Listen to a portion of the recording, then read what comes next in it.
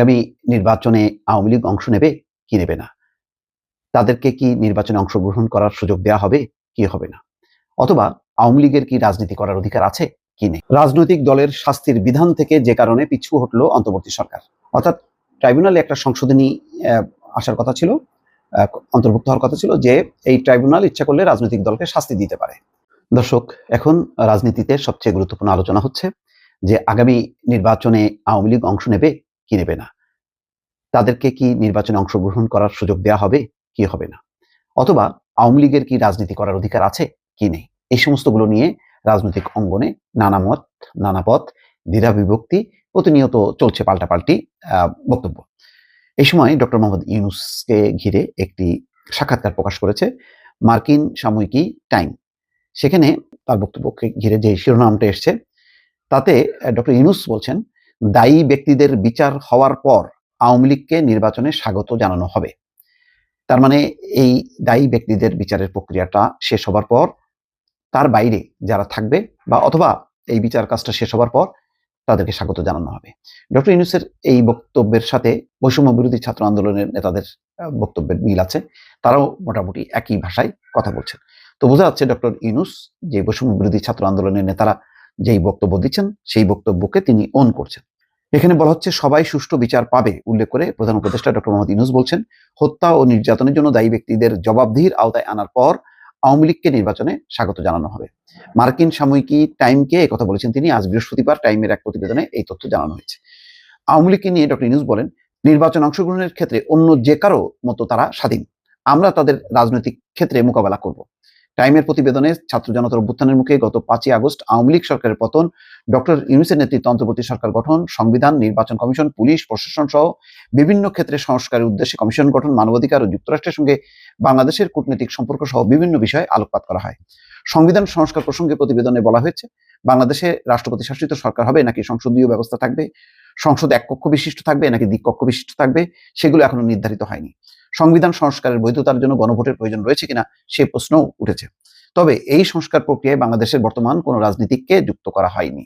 এটা একটা বড় বিচ্যুতি বোঝা যাচ্ছে এবং ফারাক, যে এই সংবিধান সংশোধনের যে প্রস্তাবগুলো আনা হচ্ছে অথবা নানা ক্ষেত্রে যেই সংস্কার, সেই বিষয়ে রাজনীতিকদের যুক্ত করা হয়নি। এই বিষয়ে বিএনপির তথ্য প্রযুক্তি বিষয়ক সম্পাদক একেএম ওয়াহিদুজ্জামান বলেন, কোনো রাজনৈতিক দলের সঙ্গে আলোচনা ছাড়াই তারা 6টি সংস্কার কমিশন গঠন করেছে। এটা ভালো লক্ষণ নয়, এটা কর্তৃত্ববাদী সরকারের ইঙ্গিত দেয়। যদিও সংস্কার কমিশন প্রায় 10-12টি হয়েছে, এই ব্যাপারটি হয়তো তার আগের সংখ্যাটা উল্লেখ করা হচ্ছে 6টি। যত দ্রুত সম্ভব নির্বাচন আয়োজনের সময়সীমা ও রূপরেখা চান বিএনপি নেতা ওয়াহিদুজ্জামান। তবে এই নিয়ে তাড়াহুড়ো করতে চান না প্রধান উপদেষ্টা ডক্টর মোহাম্মদ ইউনূস। তার ভাষ্যমতে নির্বাচনের জন্য নির্দিষ্ট তারিখ এখনো নির্ধারণ করেনি সরকার। তিনি বলেন, প্রথমে আমাদের রেল লাইন ঠিক করতে হবে যাতে ট্রেন সঠিক দিকে যেতে পারে। টাইম প্রতিবেদনে বাংলাদেশের সবচেয়ে পুরনো রাজনৈতিক দল আওয়ামী লীগের অংশগ্রহণ বাদে সত্যিকার জাতীয় ঐক্যমত্য সম্ভব নাও হতে পারে, অন্তত এই সময় দলটির বিপুল জনসমর্থন ছিল এক সময়। বর্তমানে দেশে অবস্থান করা আওয়ামী লীগের সদস্যরা বলছেন তারা কোনো বাস বিচার ছাড়াই নির্বিচার আক্রান্ত হচ্ছেন। গত জানুয়ারি পর্যন্ত বাংলাদেশের স্বাস্থ্যমন্ত্রীর দায়িত্ব পালন করেছেন জাহিদ মালিক।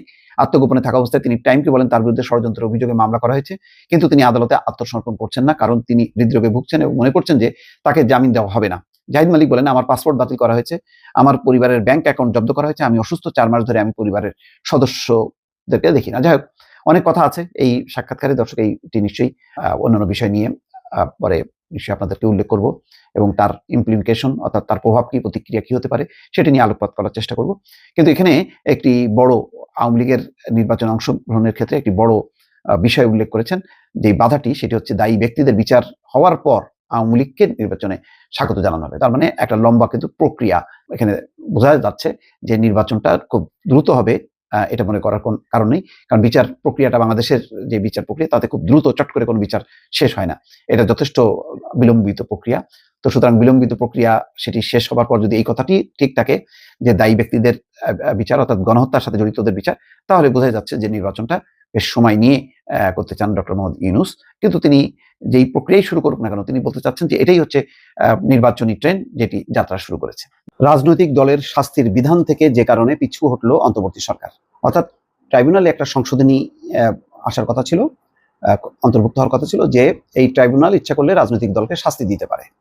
কিন্তু শেষে দেখা গেল যে সেই সংশোধনীটি আর প্রস্তাব আকারে আসে নাই।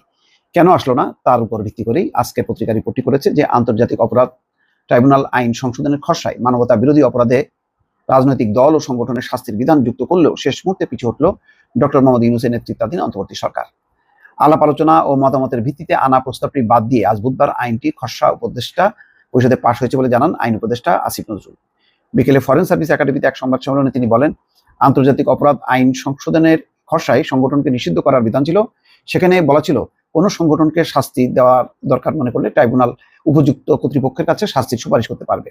আসিফ নজরুল বলেন, কিন্তু আজকে আমাদের উপদেষ্টা পরিষদে আলোচনা করে সিদ্ধান্ত হয়েছে আমরা এই বিচারকে অন্য কোনো বিষয়ের সঙ্গে সম্পর্কিত করতে চাই না। অর্থাৎ ব্যক্তির বিচার হবে, এখানে দলের বিচার না করাটাই শ্রেয়, এটি তিনি বলছেন। রাজনৈতিক দল বা কোনো সংগঠনকে নিষিদ্ধ করার প্রশ্ন এলে এটি এই আইনকে অযথাই প্রশ্নবিদ্ধ করার সুযোগ সৃষ্টি হবে। অর্থাৎ একটা হবে যে একটা ব্যক্তির বিচার করতে যে একটা দলকে কেন রাজনৈতিক হস্তক্ষেপ হবে, আন্তর্জাতিকভাবে হয়তো একটি প্রতিক্রিয়া তৈরি হতে পারে। দেশীয় রাজনৈতিক অঙ্গনেও অনেকে বড় রাজনৈতিক দলগুলি মনে করছেন যে কোনো রাজনৈতিক দলকে নিষিদ্ধ করা ঠিক হবে না। তো সেই কারণেই ট্রাইব্যুনালে যদি আবার এই প্রস্তাবটি খসড়াটি দেওয়া হয় এবং ট্রাইব্যুনাল যদি সেই অনুযায়ী দল বা সংগঠনকে নিষিদ্ধ করার প্রস্তাব দেয়, তাহলে এটি হচ্ছে একটা রাজনৈতিক দৃষ্টিকোণ এখানে প্রায়োরিটি পাবে। সম্ভবত সেই বিবেচনা থেকে অন্তর্বর্তী সরকার পিছিয়ে আসছে। বলা হচ্ছে যে আমরা সেই সুযোগ দিতে চাই না, আমরা একদম ডিসেন্ট ওয়েতে ফেয়ার ওয়েতে বিচারটা করতে চাই, এই জন্য এই প্রভিশনটা বাতিল করা হয়েছে। আইন উপদেষ্টা বলছেন, আরেকটা বিষয় আমরা অনুভব করছি, কোনো রাজনৈতিক দল বা কোনো সংগঠনকে তাদের অপরাধমূলক কর্মকাণ্ডের জন্য যদি নিষিদ্ধ করার প্রয়োজন বা দাবি ওঠে, তাহলে আমাদের অন্যান্য আইনে নিষিদ্ধ করার বিধান আছে।